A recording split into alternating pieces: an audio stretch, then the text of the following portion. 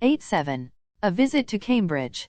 Before you read, this is the story of a meeting between two extraordinary people, both of them disabled, or differently abled as we now say. Stephen Hawking is one of the greatest scientists of our time. He suffers from a form of paralysis that confines him to a wheelchair, and allows him to speak only by punching buttons on a computer, which speaks for him in a machine-like voice.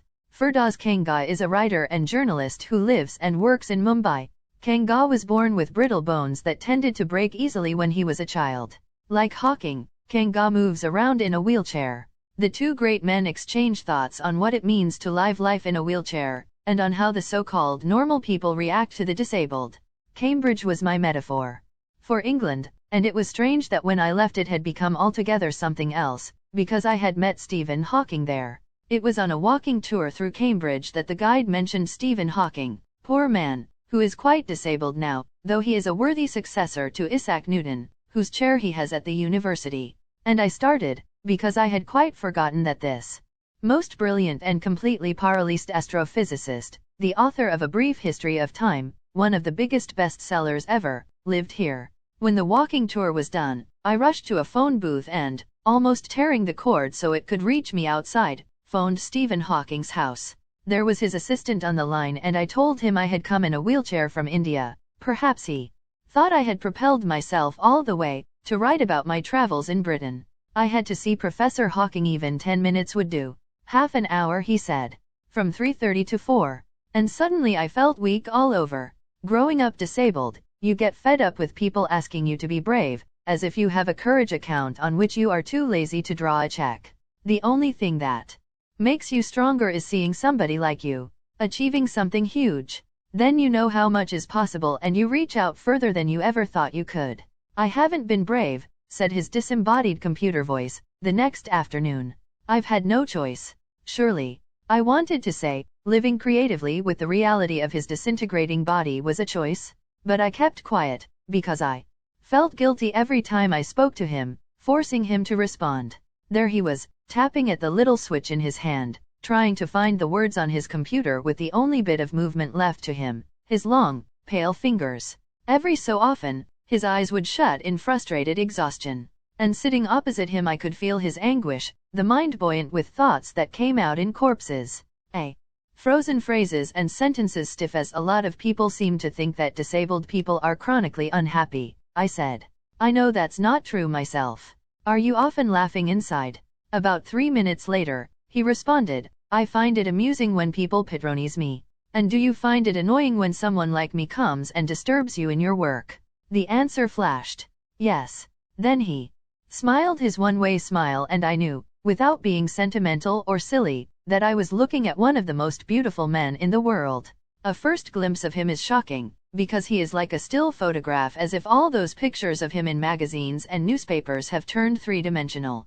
Then you see the head twisted sideways into a slump, the torso shrunk inside the pale blue shirt, the wasted legs. You look at his eyes, which can speak, still, and they are saying something huge and urgent. It is hard to tell what. But you are shaken because you have seen something you never thought could be seen.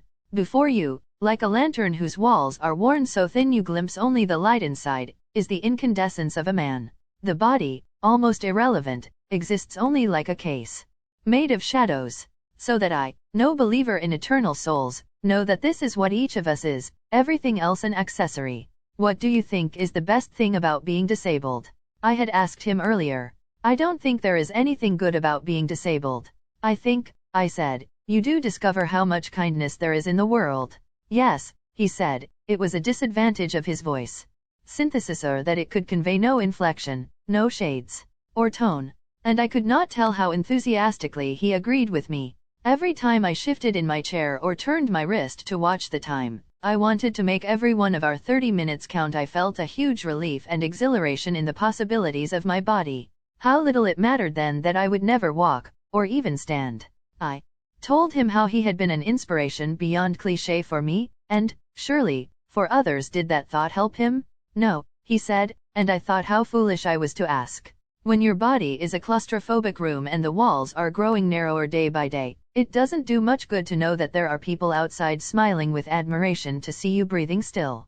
Is there any advice you can give disabled people? something that might help make life better. They should concentrate on what they are good at. I think things like the Disabled Olympics are a waste of time. I know what you mean.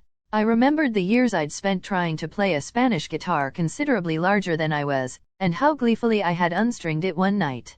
The half hour was up. I think I've annoyed you. Enough, I said, grinning. Thank you for. Stay. I waited. Have some tea. I can show you the garden. The garden was as big as a park, but Stephen Hawking covered every inch, rumbling along in his motorized wheelchair while I dodged to keep out of the way. We couldn't talk very much. The sun made him silent, the letters on his screen disappearing in the glare. An hour later, we were ready to leave. I didn't know what to do. I could not kiss him or cry. I touched his shoulder and wheeled out into the summer evening. I looked back, and I knew he was waving, though he wasn't.